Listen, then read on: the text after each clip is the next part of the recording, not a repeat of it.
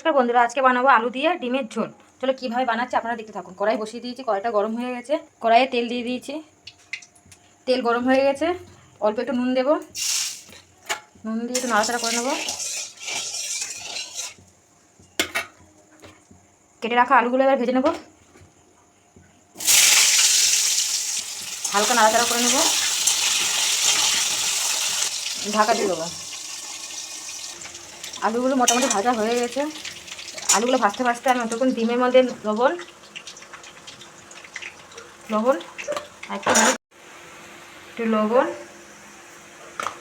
আর একটু হলুদ মাখিয়ে নেবো ডিমের মধ্যে।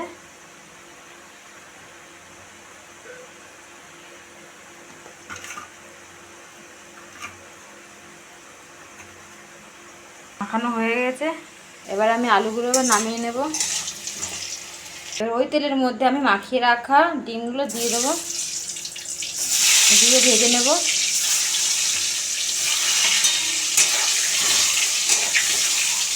ডিমগুলো ভাজা হয়ে গেছে, আমি নামিয়ে নেব। ওই তেলের মধ্যে পেঁয়াজ কুচানো আছে, পেঁয়াজ কুচানোগুলো দিয়ে দেবো।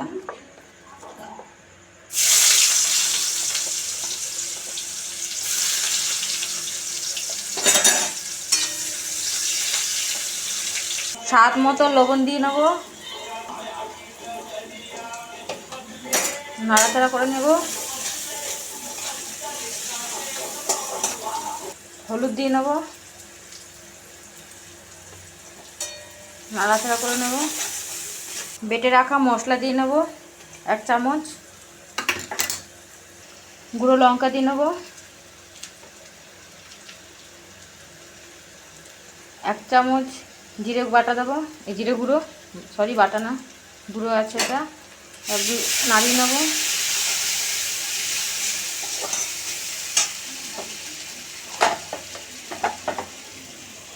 কচানো টমেটোগুলো দিয়ে দেবো, নাড়িয়ে ভালো করে কষিয়ে নেব। মশলাগুলো কষানো হয়ে গেছে, এবার ভেজে রাখা আলুগুলো দিয়ে দেবো। আলু দিয়ে ভালো করে নাড়াচাড়া করে একটু কষিয়ে নেব। কষানো আমার হয়ে গেছে, এবার জল দিয়ে নেব।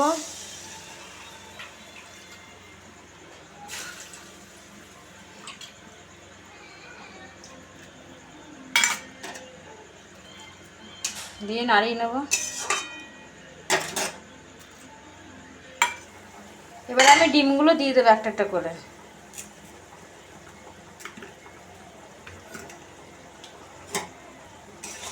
দিয়ে নাড়াচাড়া করে নেব। আমি আমার মতন করে ডিমের ঝোল করছি, আপনারা আপনাদের মতন করে ডিমের ঝোল করবেন। ডিমের ঝোল রেডি হয়ে গেছে, এবার আমি গুঁড়ো গরম মশলা দিয়ে দেবো, দিয়ে একটু নাড়াচাড়া করে নেব।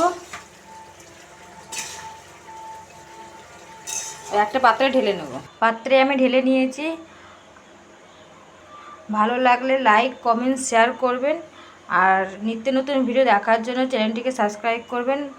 ভালো থাকবেন, বাই বাই।